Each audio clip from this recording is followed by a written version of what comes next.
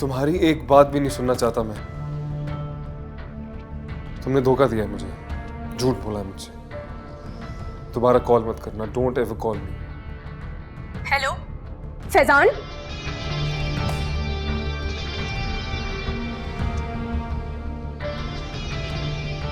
तुम्हें देखो इतनी अच्छी लग रही हो।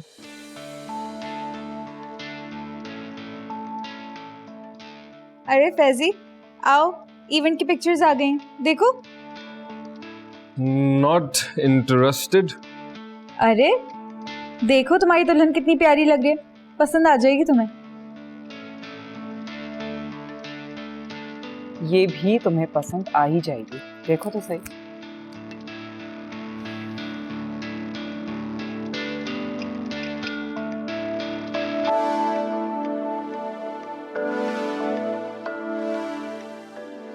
इतनी दुखी क्यों है ये? मेरी तरह ये भी इस शादी से खुश नहीं है क्या? You know what? Actually, this is what I was noticing. Engagement पे तो बहुत खुश लग रही थी और मेहंदी वाले दिन रो रही थी, जबकि मेहंदी की ब्राइड्स तो रोती भी नहीं है। ऐसी लड़कियों को ना सिखाया जाता है ये ड्रामे करने का। उनकी माएं जो ना प्रॉपर उनको ट्रेनिंग देती हैं इस चीज की कि दिल में चाहे जितने भी लड्डू फूट रहे हो ना, मुंह से मुस्कुराना नहीं है, कोई भी खुशी नहीं दिखानी है। जैसे कि रोती धोती बाहया दुल्हन जो ना बड़ी शरीफ होती हैं। बाबा आप ही अभी तक तैयार नहीं हुई हैं। आप 4 बजे का अपॉइंटमेंट लिया था उनसे। पता है ना सर्विसेज में कितना टाइम लग जाता है, रात को आना है वापस घर। यार ये कैंसिल कर दो सर्विस वगैरह, कल जाके तैयार हो जाऊंगी मैं उससे।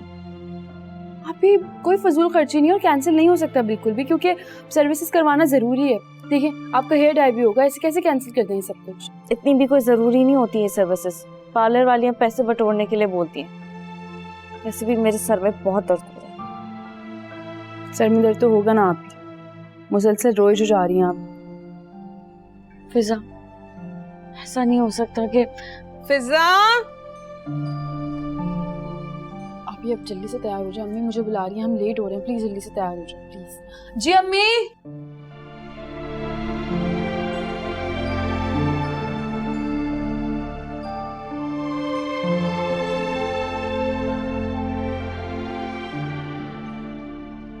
फिजा।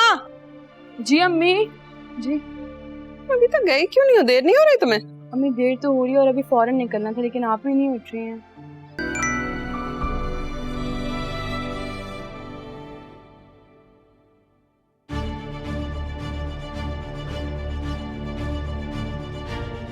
ये क्यों फोन कर रही है? हाथिया मेरे बेटे का पीछा क्यों नहीं छोड़ती?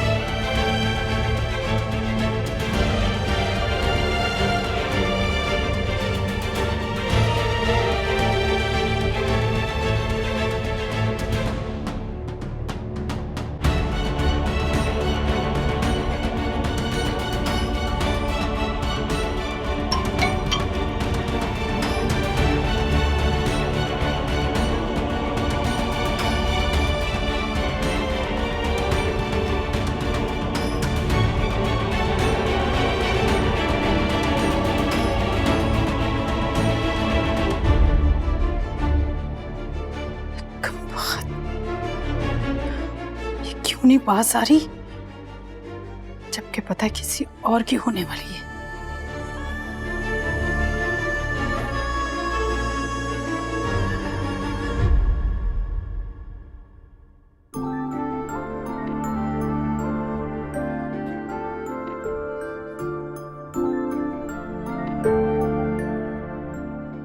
चार दिन की मोहब्बत तुम्हारे लिए इतनी अहम हो गई कि तुम हमारी इज्जत दांव पर लगा दोगी बेटे। इतने साल हमने तुम्हें इस घर में पाला, अच्छा खाना, अच्छा पहनना, अच्छी रिहाइश, अच्छी तालीम, किसी चीज में बेटा हमने कमी छोड़ी है क्या? पूरा इलाका हमें इज्जत से देखता है। तुम्हारे अब्बा ने ये इज्जत बनाते बनाते अपने बाल सफेद कर लिए। तुम एक लड़के की खातिर हमारी इज्जत 2 कौड़ी की कर रही है। वो लड़का जो तुम्हारे साथ सिर्फ वक्त गुजारी कर रहा था, अगर वो संजीदा होता ना हादिया। अम्मी वो ऐसा नहीं है। ऐसा नहीं है? अगर वो ऐसा नहीं है तो उसने ताखीर क्यों की? तुमसे इजहार करने के बजाय हमसे बात करता ना। अपनी मां को तो फौरन भेज सकता था।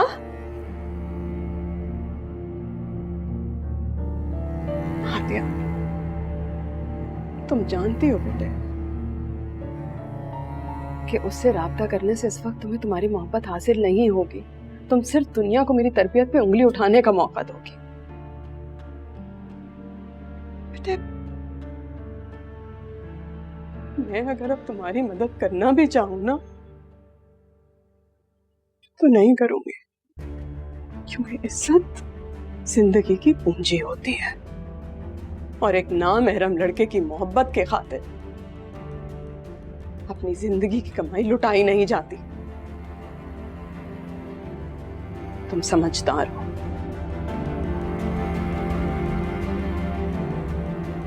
जो अमल करोगी उसका बोझ खुद उठाओगे। मेरी मानो, चादर पहनो और फिजा के साथ चले जाओ। आज तुम्हारी शादी है।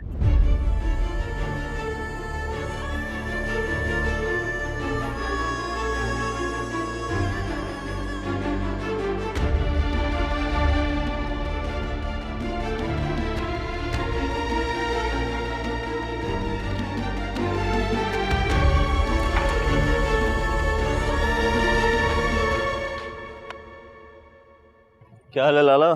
माना तेरी शादी हो रही है, मगर फोन तो उठा ले। बेचारी कब से कॉल कर रही है तुझे। किसकी बात कर रहे हो? रमशा का नाम मत लेना। यार पहले उसकी बात तो सुन लो, फिर गुस्सा कर लेना। तुम उसके फेवर में बात करने आए हो ना, तो काइंडली दफा हो जाओ यहाँ से। तो तुम्हारी भी कोई बात नहीं सुनूंगा, बल्कि जो भी उसका नाम लेगा मैं उसकी कोई बात नहीं सुनूंगा। यार She did not even tell me, Sohail. Insult की है उसने मेरी मोहब्बत का मजाक उड़ाया। मेरे बाप से 2 करोड़ ले लिए यार। How dare she. वो है क्या? उस जैसी 10-20 रोज मेरे आगे पीछे फिरती हैं। रोज दोस्तियां करता हूं, रोज खत्म करता हूं। उसको क्या लगता है वो कौन है? मेरा बाप एक सादा आदमी है, उनकी सादगी से फायदा उठाया उसने। सादगी? और तुम्हारे बाप की? यार अगर तुम्हारा बाप वाकई इतना सादा है तो जरा उनसे पूछो उन्होंने उस लड़की को 2 करोड़ क्यों दिए। क्योंकि वो नहीं चाहते थे मैं उससे शादी करूं। और ठीक भी है, क्यों करूं उससे शादी में? और वैसे भी कमिटमेंट मैंने की थी उससे। मेरी बात पे भरोसा करना चाहिए था, मुझे मोहलत देनी चाहिए थी ना उसको। लेकिन वो घटिया लालची निकली, 2 करोड़ रुपए लिए और दफा हो गई यहाँ से। लालची?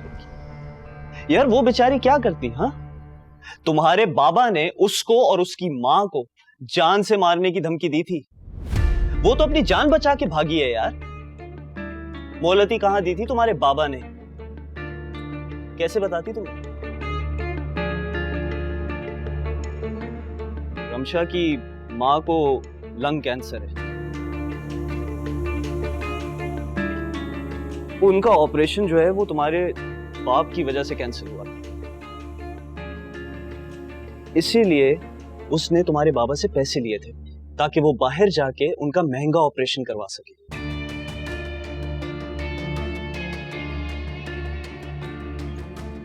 लेकिन तुम्हारे बाबा ने ना ठीक नहीं किया उसके साथ, और ना अब तुम उसके साथ सही कर रहे हो। देखो अलीम भाई ने सामान भेजा है। सफदर, हाँ, ये क्या है? ये किसका सामान है? ये कचरा यहाँ पे क्यों आ रहा है? फैजान के ससुराल की तरफ से जहेज का सामान आया मामी। ले आओ भाई, जल्दी ले आओ अंदर। आपने अलीम भाई को बताया नहीं कि इसके किस्म का कबाड़ फर्नीचर, चीप फर्नीचर मुझे नहीं चाहिए। वो काफी नहीं था कि उनकी बेटी इस घर में आ रही है कि उन्होंने ये कच्चा सामान भेज दिया साथ में। स्टोर रूम में जगह भी नहीं है, मैं कहाँ ये फालतू सामान रखूंगी? मैं जरा सामान रखवा लूं अलीम भाई, मैं बाद में आपको कॉल करता हूँ। हाँ ठीक है, ठीक। क्या सामान पसंद नहीं आया? अरे नहीं, ऐसी तो कोई बात नहीं, वो बल्कि फर्नीचर की तारीफ कर रहा था। बस वो सफदर कह रहा था कि जहेज देने से मना किया था, लेकिन फिर भी हमने भेज दिया।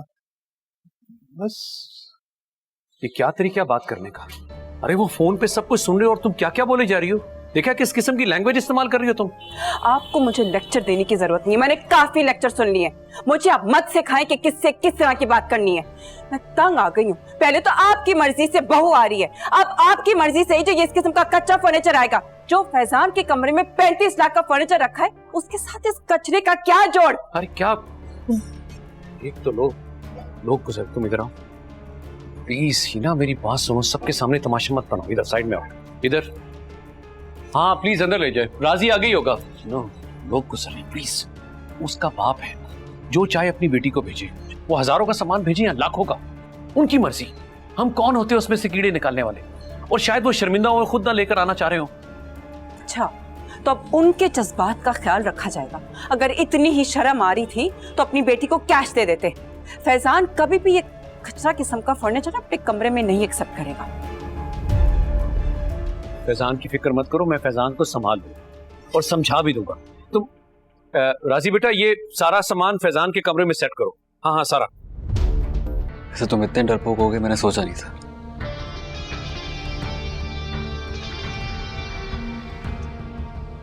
तुम भी तो आ गए। इनफैक्ट तुम ये जानते थे कि हमें तुम लोगों को यहाँ रहना पसंद नहीं है। Still you came. इनकार नहीं कर पाए ना? तुम ठीक कह रहे हो फैजान, मैं मामू जान को इनकार नहीं कर सका, लेकिन मेरा मामला बिल्कुल मुख्तलिफ है। देखो यार, ये जो शादी है ना, ये इंसान की उम्र के लिए सबसे बड़ा फैसला होता है।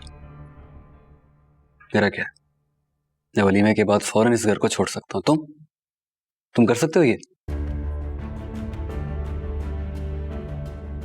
चलो यार, सलून चलते हैं। किस खुशी में? अरे भाई, तुम्हारी शादी है, हेयर कट लेंगे, दूल्हा बनने वाले हो भाई तुम। मेरी मर्जी से होती तो जाता। तो टेल मी यार, क्या तुम किसी और को पसंद करते हो? परेशान मत हो फैजान, तुम खुल के मुझे बता सकते हो। इस वक्त तुम मुझे एक दोस्त समझो या फिर भाई, ठीक है? देखो यार, शादी का मामला है और इंसान को ना शादी उसी से करनी चाहिए जिसको उससे मोहब्बत हो। तो क्या मसला है? अब तुम इस शादी से खुशी नहीं हो यार, तो फिर क्यों कर रही हो शादी?